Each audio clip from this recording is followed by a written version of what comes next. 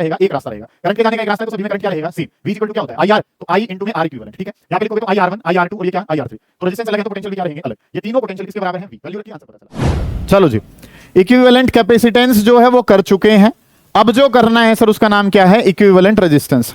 Multiple resistors जो हैं वो अवेलेबल हैं, उनका एक बनाना है। एक कैसे बनाया जाएगा उसके बारे में बात करेंगे।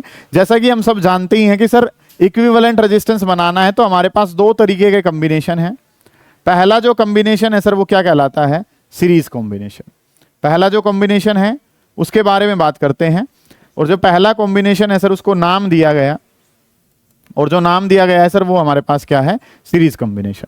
पहला जो कॉम्बिनेशन है उसको कहा जाता है सीरीज कॉम्बिनेशन। क्या होता है ये सीरीज कॉम्बिनेशन, जानते हैं पहले से ही, और ज्यादा डिटेल में जानने की कोशिश करते हैं। सारे बच्चे ध्यान से समझेंगे, गौर करें कि चीजें करनी क्या कुछ है। सीरीज कॉम्बिनेशन के बारे में जब हम बात करते हैं तो S फॉर सीरीज और S फॉर सिंगल, कि करंट के जाने का सिंगल रास्ता अगर अवेलेबल है तो कॉम्बिनेशन को क्या कहा जाता है, सीरीज कॉम्बिनेशन। ठीक है, combination is said to be series. Combination को सीरीज कहा जाता है। और कॉम्बिनेशन को सीरीज कब कहा जाता है, जब करंट के जाने का सिंगल रास्ता अवेलेबल है। ये R1, R2 और R3 ये तीन रजिस्टर्स जो हैं वो हमारे पास हैं। ठीक है, इन तीन रजिस्टर्स को इस तरीके से कनेक्ट जो है वो आपने कर रखा है। ठीक है, एक R1 है, एक R2 है, और एक जो रेजिस्टेंस है सर वो किसके बराबर है, R3 के बराबर। ठीक है, इनको कनेक्ट कर दिया एक बैटरी सोर्स से, एक पोटेंशियल के सोर्स से आपने इसको कनेक्ट कर दिया। एक की जो है सर वो आपने लगा दी, और काम जो है सर वो हमारे पास कुछ किस तरीके से, ये डाटा जो है ना वो आपके पास है। ठीक है, एक रेजिस्टेंस R1 है, एक R2 है, और एक रेजिस्टेंस क्या है, R3। आपने एक बैटरी के सोर्स से, पोटेंशियल सोर्स V से आपने इसको कनेक्ट करा, और ये जो है सर ये आपने क्या लगा दी है, की लगा दी। यहां पे आपने ये जो है ऐसे करके क्या लगा दी, की लगा दी। अब आपको क्या पता है कि ये सभी रेजिस्टेंस जो है वो सीरीज में कहलाएंगे। कब कहलाएंगे सीरीज में, जब करंट के जाने का सिंगल रास्ता अवेलेबल है। करंट के जाने का सिंगल रास्ता अगर अवेलेबल है तो सर इनको क्या कहा जाता है, सीरीज में। ये टर्मिनल जो है वो पॉजिटिव है, ये टर्मिनल कैसा है, नेगेटिव। यहां से जो करंट निकला सर वो किसके बराबर है, I। तो करंट जो है सर वो हर एक रजिस्टर से जो करंट जाएगा वो क्या रहेगा, सेम रहे, क्योंकि करंट के जाने का सिंगल रास्ता है, और सिंगल रास्ता अगर है तो सर करंट जो है वो हर एक से क्या रहेगा, सेम रहेगा। Combination is said to be in series. Combination को क्या कहा जाता है, सीरीज। कब कहा जाता है, when current through each resistor is same. Current जब हर एक रजिस्टर से क्या है, सेम, तो कॉम्बिनेशन को क्या कहा जाता है, सीरीज कॉम्बिनेशन। बात नंबर 1, कैरेक्टरिस्टिक्स में भी लिख लेंगे इस बात को। तो हम क्या चाहते हैं, हम चाहते हैं सर इन तीनों को हटा के एक अकेला जो है वो बना दिया जाए। इक्विवेलेंट का मतलब क्या है, 3, 4, 5 नहीं, बस एक सिंगल रेजिस्टेंस जिसका नाम क्या है, R इक्विवेलेंट, वो लगा दिया जाए। जब कनेक्ट करा जाए सेम पोटेंशियल सोर्स से, सेम सर्किट रहे। ठीक है, पोटेंशियल जो है पहले कितना था, V, तो अब भी कितना ही रहना चाहिए, V रहना चाहिए। और करंट जो पहले I फ्लो कर रहा था तो अब भी करंट जो फ्लो करेगा सर वो किसके बराबर रहेगा, I के बराबर रहेगा। इस तरीके से काम जो है ना वो हमने करना है। ये इन तीनों को एक अकेला जब क्या कर देगा, इक्वेट कर देगा, उस टाइम पे हम जो नाम कहेंगे वो R इक्विवेलेंट कहेंगे। हमने क्या पढ़ना है, इक्विवेलेंट रेजिस्टेंस। इक्विवेलेंट रेजिस्टेंस का मतलब क्या है कि मल्टीपल रेजिस्टर्स जो हैं वो जब हम एक में ही डाल देते हैं, मतलब ये सारे मिलके जो काम करेंगे वो अकेला एक कर देगा, वो इक्विवेलेंट है। कॉम्बिनेशन को सीरीज कब कहते हैं, जब करंट सभी से क्या रहता है, सेम रहता है। ठीक है, अब अगर मैं बात करता हूं तो करंट मल्टीप्लाई रेजिस्टेंस क्या होता है, पोटेंशियल होता है। तो इसके अबाउट जो पोटेंशियल रहेगा, पहले वाले के अबाउट, वो क्या रहेगा, V1। ठीक है, ये तो पता ही है, रेजिस्टेंस के आने से हमारा पोटेंशियल जो है वो चेंज हो जाता है। अब ये जो है करंट इंटू रेजिस्टेंस अलग चीज होगी, तो ये पोटेंशियल कितना है, V2। और यहां पे अगर मैं बात करता हूं तो करंट इंटू रेजिस्टेंस करता हूं तो ये वाला पोटेंशियल जो है सर वो क्या है, V3 हमारे पास। समझ आइए ये बात आपको। अच्छा, इस V को अगर लिखना चाहता हूं, ये पोटेंशियल को, ओम्स लॉ ने क्या कहा कि V इज इक्वल टू किसके बराबर है, IR। R जो है सर वो यहां पे किसके बराबर है, R इक्विवेलेंट के बराबर है। ठीक है, V is equal to IR है, I की जगह I और R की जगह कितना है, R इक्विवेलेंट मेरे पास। ठीक है, इतनी बातें। नेक्स्ट जो काम करना है सर उसके बारे में अगर मैं बात करूं, V1 को लिखना चाहता हूं तो करंट इंटू रेजिस्टेंस, करंट कितना है I और रेजिस्टेंस कितना है R1, तो V is equal to IR1। यहां पे लिखूंगा तो V2, करंट कितना है सर I और रेजिस्टेंस जो है सर वो किसके बराबर है, R2 के।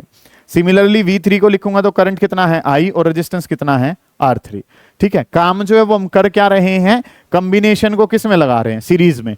सीरीज में लगाने का मतलब क्या है, सीरीज का मतलब एक लाइन में लगाना है। एक लाइन में अगर मैं लगाता हूं तो हर एक के अक्रॉस जो करंट है सर वो क्या रहेगा, सेम। कॉम्बिनेशन को सीरीज कहा गया। सीरीज कॉम्बिनेशन का मतलब क्या है कि हर एक से करंट जो है सर वो क्या रहेगा, सेम रहेगा। समझ आइए ये बात। नेक्स्ट जो काम है सर वो हमने क्या करना है, इनको इकट्ठा एक बनाना है, तो वो काम कर लिया। अब जो ये पोटेंशियल V था वो बट गया किसमें, V1 में, V2 में और किसमें, V3 में। हो गया काम खत्म। कि सर अगर हम बात करते हैं तो हमें यहाँ पे क्या पता है कि V जो है वो किसके बराबर है, V1 plus V2 plus V3। कि जो V जो पोटेंशियल था वो V1 plus V2 plus V3 में कन्वर्ट हो चुका है। ऐसे ही अब अगर मैं बात करता हूं तो काम जो है वो हमने क्या कुछ करना है, V की वैल्यू ये लिखी पड़ी यहाँ पे कि V की जगह कितना है, IR इक्विवेलेंट। V की जगह कितना है, I इंटू में R, और R जो है वो क्या है, R इक्विवेलेंट। V1 लिखूंगा तो V1 जो है सर वो किसके बराबर है, I, और इंटू में रेजिस्टेंस कितना है, R1, प्लस V2 को लिखूंगा तो I और रेजिस्टेंस कितना है, R2, प्लस V3 को लिखूंगा तो करंट I है और रेजिस्टेंस जो है सर वो किसके बराबर है, R3 के बराबर। सही है कि V is equal to V1 plus V2 plus V3। V की जगह I इंटू में R इक्विवेलेंट, ये क्या हो जाएगा, IR1, ये क्या है, IR2, और ये क्या है, IR3।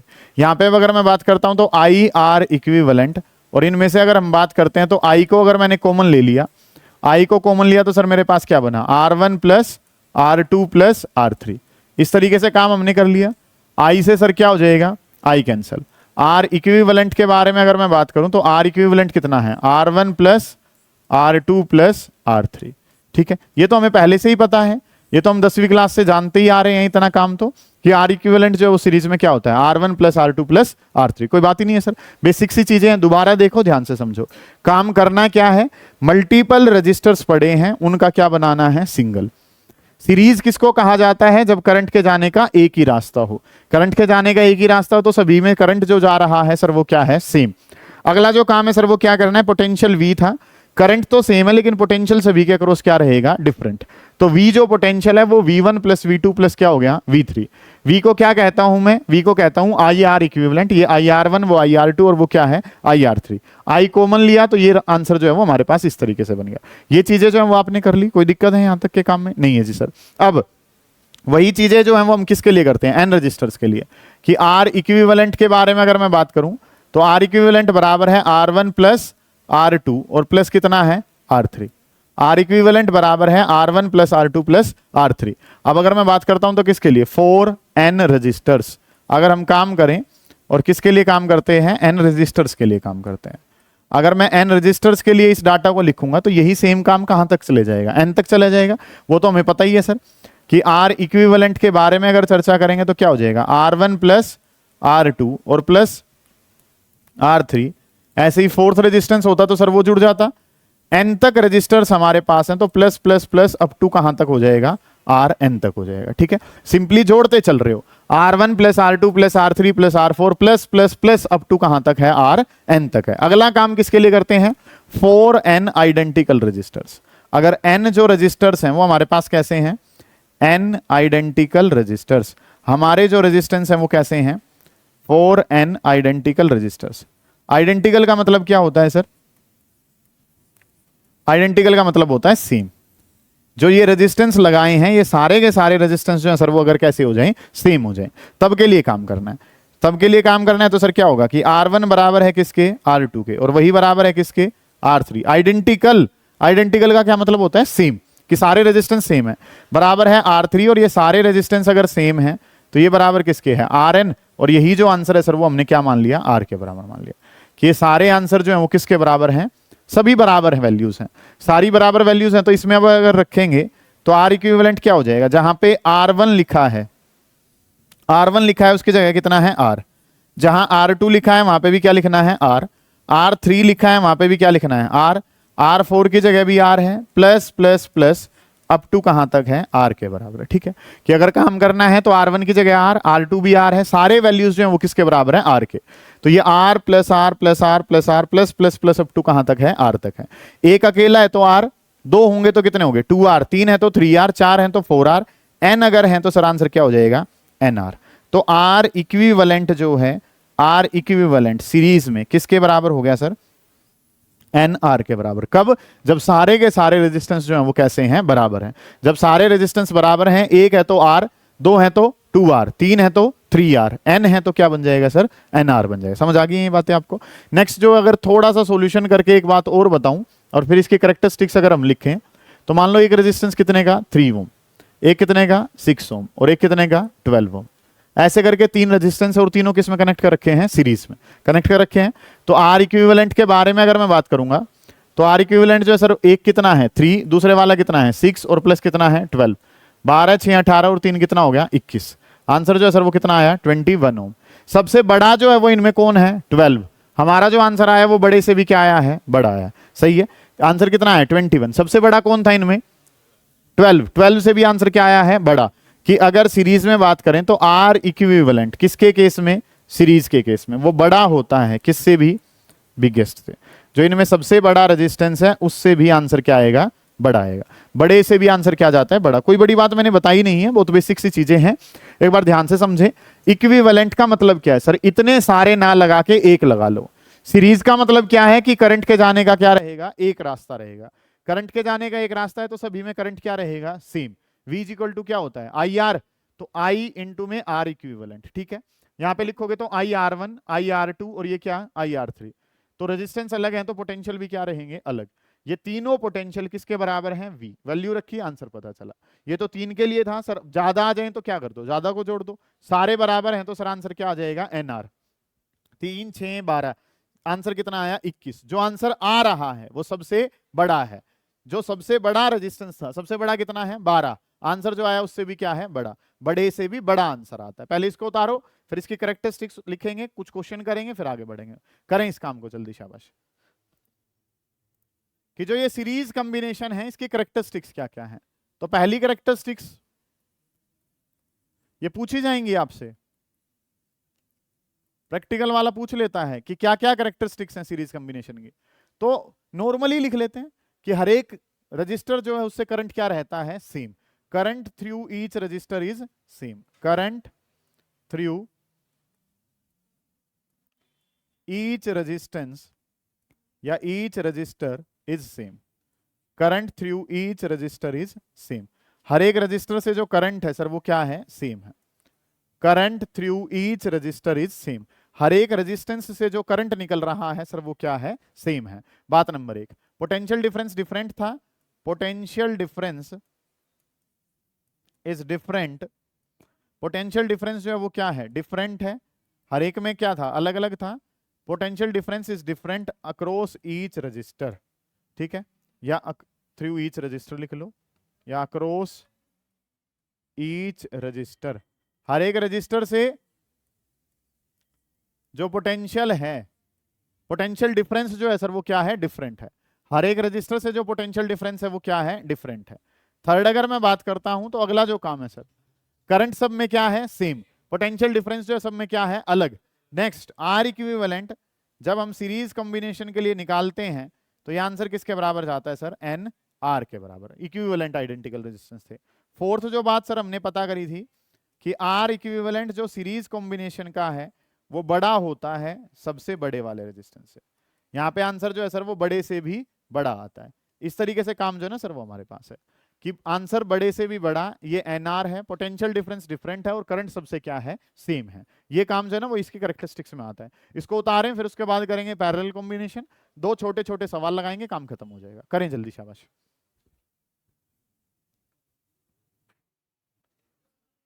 चलिए जी, कि आर इक्विवेलेंट सीरीज में बड़ा है आर बिगेस्ट से। नेक्स्ट, अब जो काम करना है, अच्छा एक बात बताओ, एक क्वेश्चन है, काफी इंपॉर्टेंट सवाल है कि सर यहाँ पे हम देख रहे हैं कि रेजिस्टेंस बढ़ जाता है। यहाँ पे जो है जब सीरीज में हम कनेक्ट करते हैं तो रेजिस्टेंस क्या कर जाता है, बढ़ जाता है। सवाल है कि क्यों रेजिस्टेंस बढ़ जाता है सीरीज के केस में, क्यों बढ़ जाता है, ये सवाल है। कोई बच्चा जवाब देगा। सीरीज कॉम्बिनेशन में जब हमने रेजिस्टेंस को लगाया तो रेजिस्टेंस 3 6 12 जुड़ के कितना आंसर आ गया, 21 आंसर आ गया। बढ़ गया ना रेजिस्टेंस, ठीक है।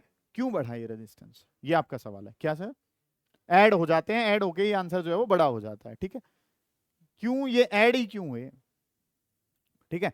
मतलब कि why resistance increases in case of series combination. ध्यान से समझेंगे कि काम जो है वो आपने क्या करना है। ये बात बड़ी इंपॉर्टेंट है, इस पे गौर करें। पैरेलल कॉम्बिनेशन इसके बाद कर रहे होंगे कि मान लो अगर एक रेजिस्टेंस मेरे पास ये था तो ये रेजिस्टेंस जो है वो कितना है, R1 है।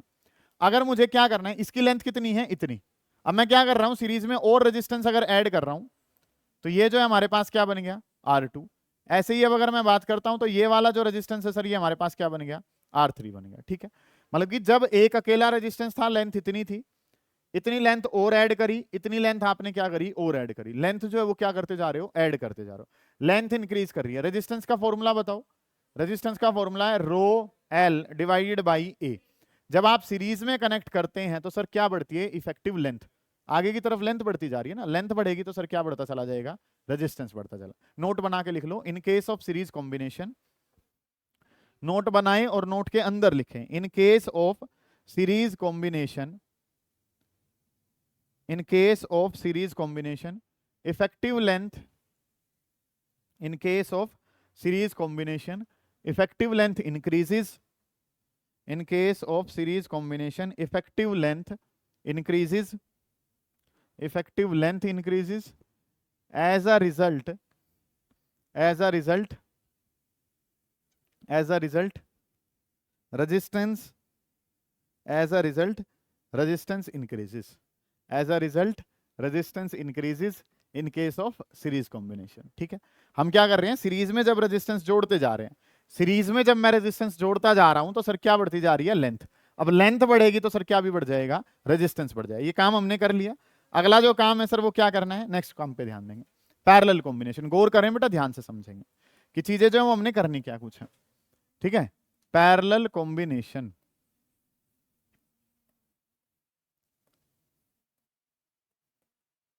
अच्छा, एक बात का और विशेष ध्यान आप लोग रखेंगे कि कुछ बच्चे ऐसे थे वो ये सोच के चल रहे थे कि सर हम जून की छुट्टियों में एक बार सारा सिलेबस रिवाइज कर देंगे।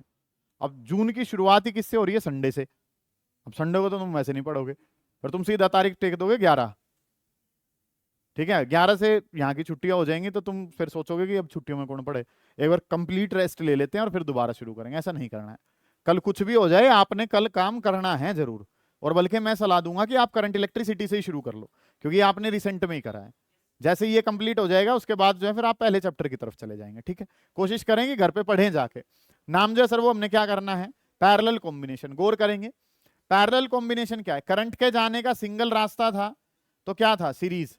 करंट के जाने के मल्टीपल रास्ते हैं तो कॉम्बिनेशन जो है वो क्या कहलाता है, पैरेलल।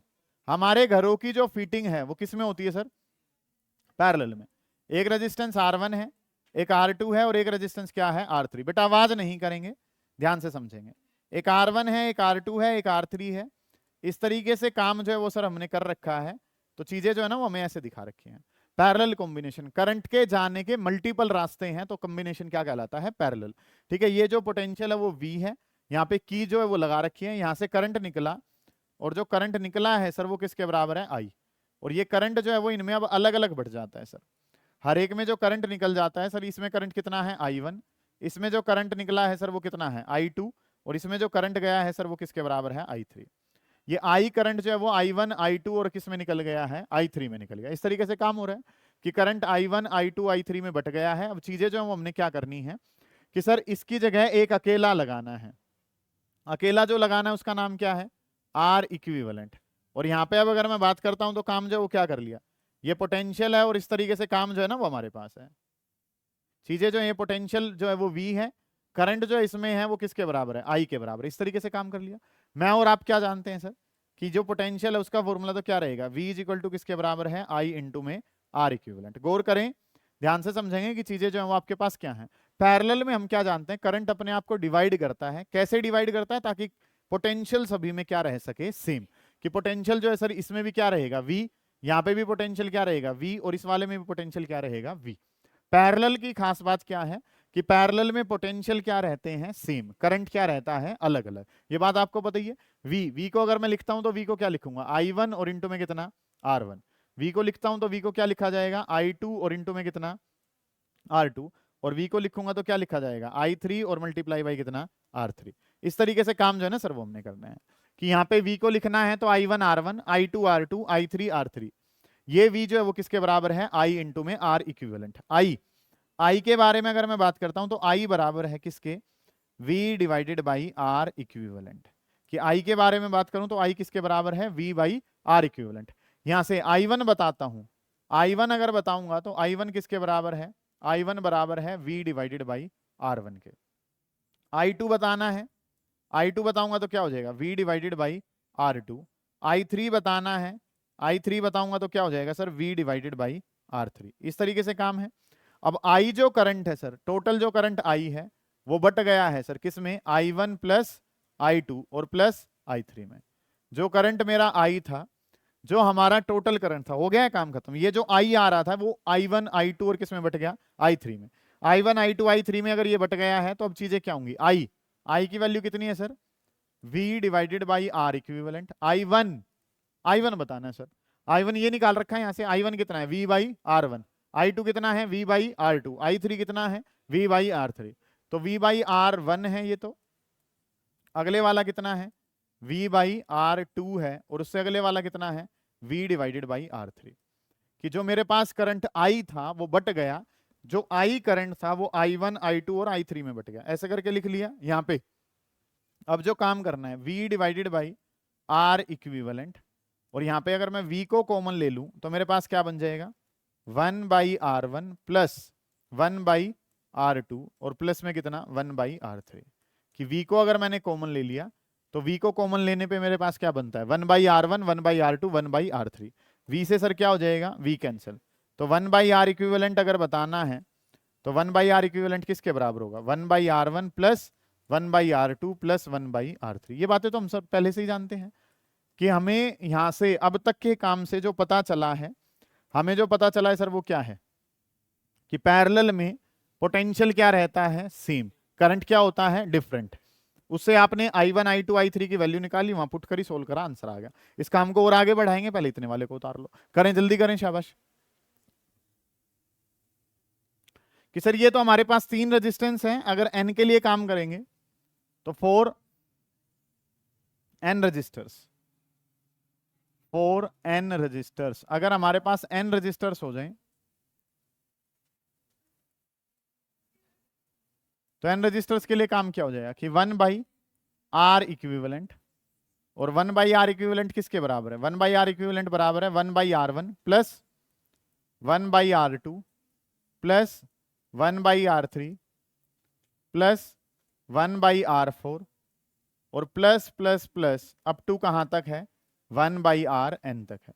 इस तरीके से काम जो है ना सर वो हमने कर लिया। ठीक है, कि अगर मैं बात करता हूं n रजिस्टर्स के लिए काम करूं तो n रजिस्टर्स के लिए मुझे क्या पता है, 1 बाई R इक्विवेलेंट किसके बराबर है, 1 by R1 1 by R2 1 by R3 plus plus plus up to कहां तक है, 1 बाई Rn तक है। ठीक है, अगर यही रेजिस्टेंस कैसे हो जाए, आइडेंटिकल हो जाए, 4n आइडेंटिकल रजिस्टर्स, अगर यही रजिस्टर्स जो है सर वो हमारे पास क्या है, 4n आइडेंटिकल रजिस्टर्स, अगर n जो रजिस्टर्स हैं वो हमारे आइडेंटिकल है, 4n identical resistance, identical register अगर हमारे पास है तो R1 बराबर है किसके, R2 के, और वो बराबर है किसके, R3 के, और यही वैल्यूज जो है सर वो हमारी किसके बराबर है, Rn।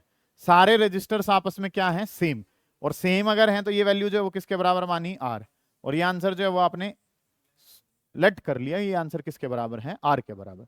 सारे रेजिस्टेंस आपस में बराबर हैं।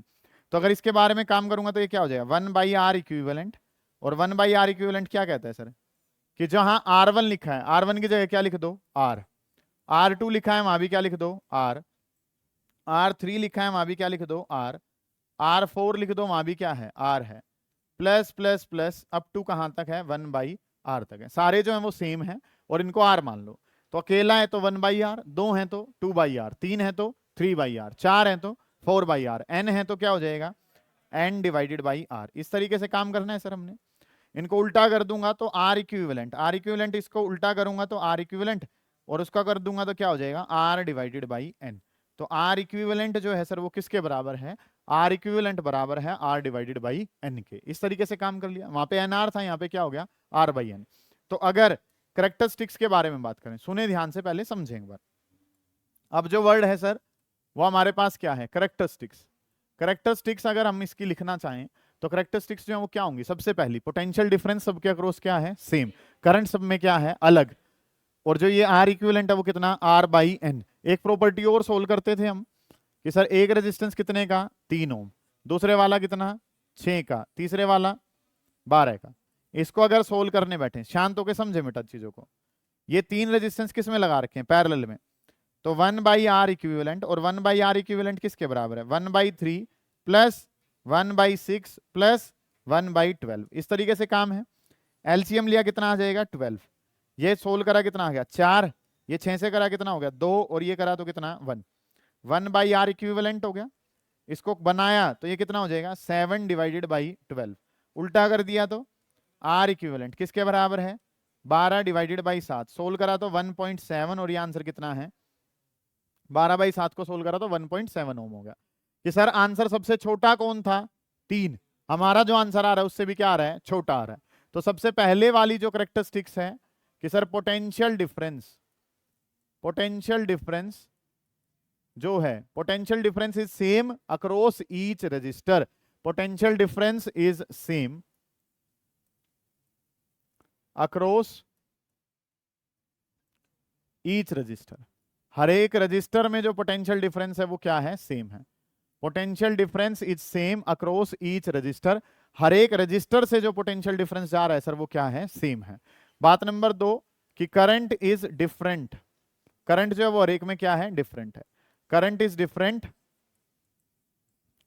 In different register, current is different in different register, अलग अलग रजिस्टर में करंट जो है सर वो क्या है डिफरेंट है, current is different in different register, ये काम हो गया।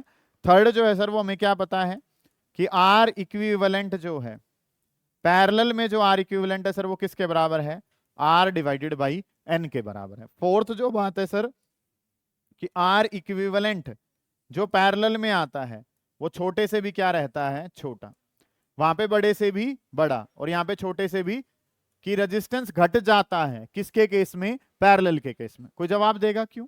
क्योंकि यहाँ पे एरिया ऑफ क्रॉस सेक्शन बढ़ता है। कैसे मतलब सुनो ध्यान से कि सर अगर हम बात करें एक रेजिस्टेंस ये था तो दूसरे वाला इसके नीचे लगाया तो क्रॉस सेक्शनल एरिया क्या करता जा रहा है ऐसे, पहले एरिया इतना था अब एरिया इतना फिर एरिया इतना हो गया, क्योंकि हमें क्या पता है कि R इज इक्वल टू किसके बराबर है रो L divided by A, area बढ़ गया, एरिया के बढ़ने से रेजिस्टेंस क्या हो जाएगा कम हो जाएगा। ठीक है, यहाँ पे रेजिस्टेंस कम हो जाता है। ठीक है, ये बात उतारो पहले, उसके बाद फिर वो करेक्टरिस्टिक्स में हम ऐड करेंगे काम को। करें जल्दी शाबाश। नोट बना के एक बात लिख लें, ये उतारा नहीं है अभी, लिख लो फिर भी नोट बना के लिख लो एक बात।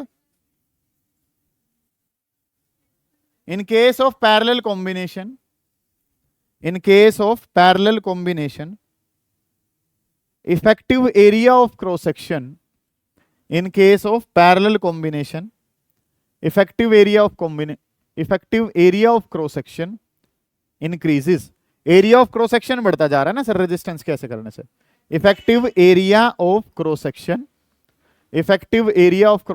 increases, area of cross section increase कर रहा है, hence resistance decreases, hence resistance decreases. इसका मतलब है कि रेजिस्टेंस जो है सर वो क्या कर जाएगा डिक्रीज कर जाएगा। तो आर को जो है वो आप क्या लिख लोगे rho L by A, area बढ़ रहा है तो सर रेजिस्टेंस क्या हो जाएगा कम। अगली क्लास में इसके न्यूमेरिकल सम लगा लेंगे। ठीक है, कर लेंगे इतना काम, कोई दिक्कत आ रही है पूछ लेंगे।